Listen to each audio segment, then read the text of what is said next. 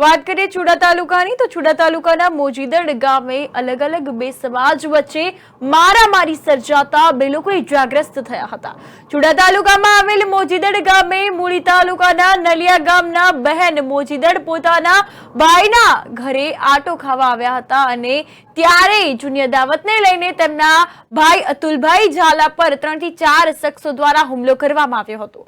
આટો ખાવા આવેલ બહેન કમુબેન ગોરધનભાઈ ચૌહાણ જેઓ ભાઈને છોડાવવા જતા તેઓને ગળું પકડી માથાના ભાગે લાકડું મારી અને પછાડી નાખ્યા હતા।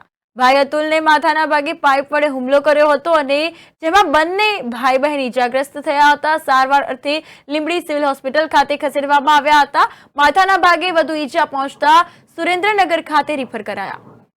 મારું નામ કમુબેન, હું આટો ખાવા મારા ભાઈ ઘરે આવી હતી। ક્યાં ગામ? મોજીદડ। હા, પછી શું થયું? મારું ગામ નલિયા। પછી મારા ભાઈ માથે હુમલો કર્યો 3-4 જણાએ। હા, અને પછી હું છોડાવવા ગઈ એટલે એમને મને ગળું ચાલીને ફગાવી દીધી ને મારા ભાઈને માર્યો। ગામથી આવ્યો તો એવડે લોકો 4-5 જણાએ હુમલો કર્યો અને એ બાબતમાં મારા બેન છોડાવવા આવ્યા હતા, એને ધક્કો મારીને ગળકી દાબી દીધી અને મને પાઇપ વડે હુમલો કર્યો। અત્યારે તમે ક્યાં છો? અત્યારે હું સરકારી દવાખાને સારવાર માટે આવ્યો છું, તો મારે આનો ન્યાય જોઈએ।